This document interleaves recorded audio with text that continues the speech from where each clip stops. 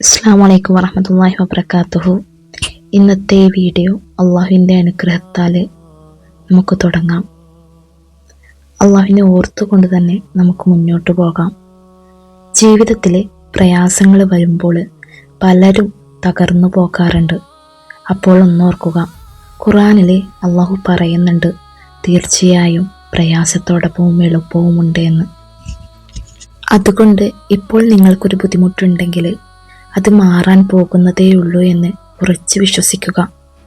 ആത്മഹത്യയെക്കുറിച്ച് പോലും ചിന്തിക്കുന്ന അവസ്ഥയാണോ നിങ്ങൾക്കെങ്കിൽ ഓർക്കുക, അള്ളാഹു ഒരു അടിമയ്ക്കും താങ്ങാൻ കഴിയാത്തതിലും വലിയ ഭാരം നൽകില്ല. ആ ഒരു വിശ്വാസം നിങ്ങളുടെ മനസ്സിൽ എപ്പോഴും ഉണ്ടാവട്ടെ. നമുക്ക് ലഭിച്ച അനുഗ്രഹങ്ങൾക്ക് നന്ദി പറയുക എന്നതാണ് ഏറ്റവും വലിയ മരുന്ന്. അള്ളാഹു പറയുന്നുണ്ട്, നിങ്ങൾ നന്ദി കാണിച്ചാൽ തീർച്ചയായും ഞാൻ നിങ്ങൾക്ക് കൂടുതൽ വർദ്ധിപ്പിച്ച് നൽകുന്നതാണ് എന്ന്.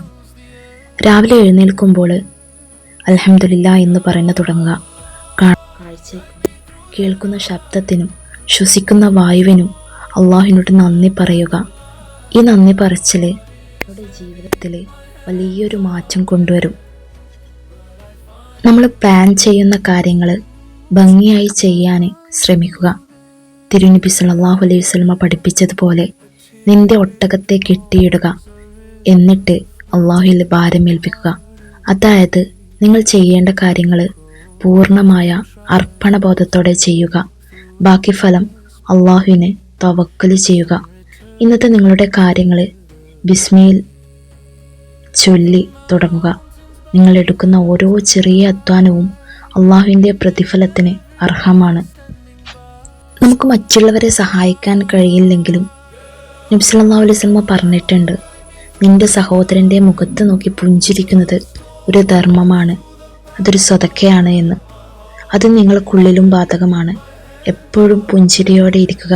അത് നിങ്ങളുടെ മാനസിക സമ്മർദ്ദം കുറയ്ക്കും. മറ്റുള്ളവരെ സ്നേഹത്തോടെ കാണാൻ ശീലിക്കുക. ഇന്നത്തെ ദിവസം അള്ളാഹുവിൻ്റെ കാവലിലും അനുഗ്രഹത്തിലുമായിരിക്കട്ടെ. നാളെ പുതിയൊരു കാര്യവുമായി നമുക്ക് വീണ്ടും കാണാം. അള്ളാഹു നിങ്ങളുടെ പ്രയാസങ്ങൾ നീങ്ങി സന്തോഷം നൽകട്ടെ. ആമീൻ യാ റബ്ബൽ ആലമീൻ. അസ്സലാമു അലൈക്കും വറഹ്മത്തുള്ളാഹി വബറകാതുഹു.